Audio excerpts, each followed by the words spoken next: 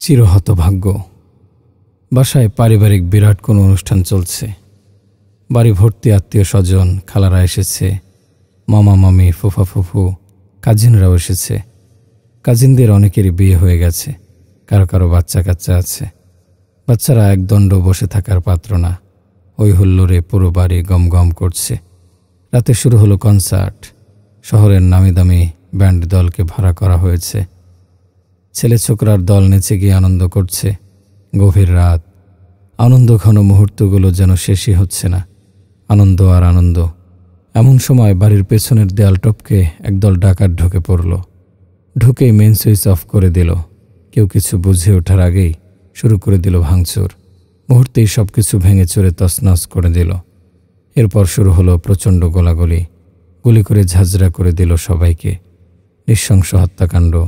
ছোট বড় কাউকে রেহাই দিল না।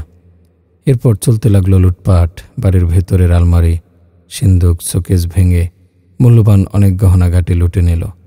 এতেই ক্ষান্ত হলো না। লাশগুলো একত্র করে পেট্রোল ঢেলে আগুন ধরিয়ে দিল। এরপর আগুন দিয়ে জ্বালিয়ে দিল বাড়িটাও। কিছু আর অবশিষ্ট রাখল না। মুহূর্তের মধ্যে সব কিছু তছনছ করে দিয়ে গেল। ধরা যাক কোনো কারণে বাড়ির বাইরে থাকায় একমাত্র আপনিই বেঁচে গেছেন। কেমন লাগবে আপনার? চিরনিঃস্ব আর হতভাগ্য মনে হবে না? বেঁচে থাকতে ইচ্ছা করবে আর? বেঁচে থেকেই বা লাভ কি? ভাই বোন, মা বাবা, আত্মীয় স্বজন, ঘরবাড়ি সবই তো শেষ। এর চেয়ে হতভাগ্য এবং বঞ্চিত ওই ব্যক্তিকে বলা হয়েছে যার কাছ থেকে এক ওয়াক্ত নামাজ ছুটে গেল। সে যেন সব হারিয়ে নিঃস্ব এবং ক্ষতিগ্রস্ত হয়ে গেল, যার কোনোই ক্ষতিপূরণ নেই। একবার এক সফরে সুনামগঞ্জের দিরাই যাচ্ছিলাম। সফর সঙ্গী আমরা 11 জন। সায়েদাবাদ থেকে টিকিট কাটার পর কাউন্টারে বসা এক যাত্রী বললেন, আপনারা ভুল করলেন। কি ভুল? বিবারিয়া রোডে যাওয়াটা ঠিক হবে না। কেন? এ পথে গভীর রাতে ডাকাতের ভয় আছে। তাহলে এখন উপায়? আপনারা এক কাজ করেন। কি কাজ? টিকিট ফেরত দিয়ে নেত্রকোনা রোডে চলে যান। যদিও সময় একটু বেশি লাগবে, তবে নিরাপদে পৌঁছতে পারবেন। এই রাতের বেলা 11 জন যাত্রীর টিকিট ফেরত। অনেক চেষ্টা করেও কাজ হলো না। ফেরত দেয়া গেল না টিকিটগুলো।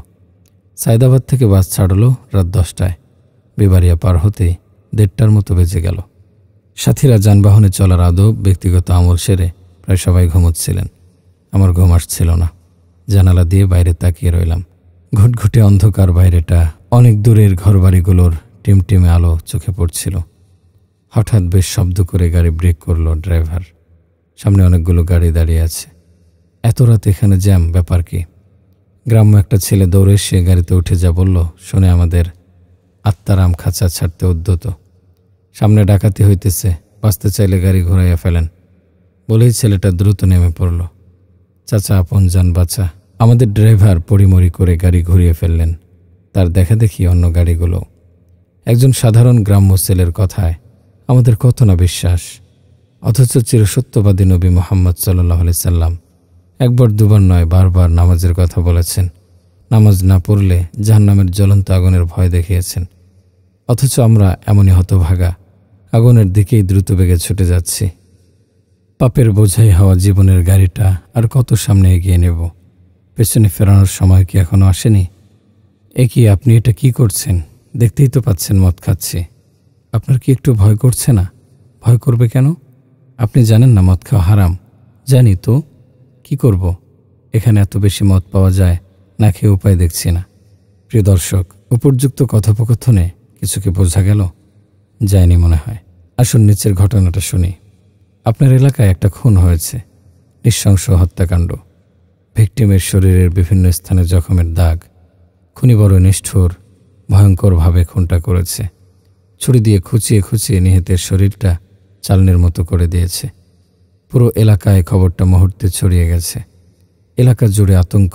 বাচ্চারা ভয়ে ঘর থেকে বেরোচ্ছে না। স্থানীয় পত্রিকা ছাপিয়ে জাতীয় পত্রিকায়ও এই ঘটনার বর্ণনা ফ্রন্ট পেজে উঠে এসেছে। সারা দেশ তোলপাড়। পুলিশের তল্লাশি চলছে। যে করেই হোক খুনিকে বের করতে হবে। কোনোভাবেই এই নৃশংস খুনির রেহাই নাই। সাঁড়াশি অভিযানে অবশেষে ধরা পড়ল খুনি। লোকজন ভিড় করে খুনিকে ঘিরে দাঁড়িয়ে আছে। কেউ কেউ উত্তম মাধ্যম দিচ্ছে, কেউ কেউ প্রস্তুতি নিচ্ছে। সবার মুখে একটাই প্রশ্ন, কেন খুন করলি লোকটাকে? খুনির অদ্ভুত জবাব, আমি অপারগ ছিলাম। বাজারে এত বেশি ছুরি পাওয়া যায়, যে খুনটা না করে উপায় ছিল না। এবার একেবারে উপরের ঘটনাটার সঙ্গে মেলান। বাজারে বেশি বেশি মদ পাওয়া যায় দেখে লোকটা মদ খাচ্ছে। বাজারে ছুরি পাওয়া যায় দেখে আরেক নরাধম হত্যাকাণ্ড ঘটিয়েছে। এসব কি কোনো সুস্থ মানুষের জবাব হতে পারে? মোটেও না। ছুরি যে বিক্রি করে সে কি কাউকে হত্যা করার জন্য জোর করেছে? মদ বিক্রেতা কি রাস্তা থেকে ডেকে এনে জোর করে কাউকে মদ খাইয়েছে? নিশ্চয় না। অতএব আদালতে এসব অজুহাত কোনোভাবেই গেলানো যাবে না। গুনাহ করার বিষয়গুলো এমনই, কেউ কাউকে বাধ্য করে না। অন্যায়গুলো করার আগে আমাকে আপনাকেই ভেবে নিতে হবে, কি করছি, মন্দ করছি নাকি ভালো করছি। দুনিয়ার আদালতে যদি ভংভাং জবাব দিয়ে পাত্তা না পাওয়া যায়, ওপারে কি করে পাত্তা পাব? গুনাহ করার পর শয়তানকে দোষারোপ করতে চায় কেউ কেউ। মনে হয় না তাতে বিশেষ সুবিধা হবে। ধরুন হাসরের ময়দান কায়েম হয়েছে, আপনাকে আসমানি আদালতে দাঁড় করানো হলো।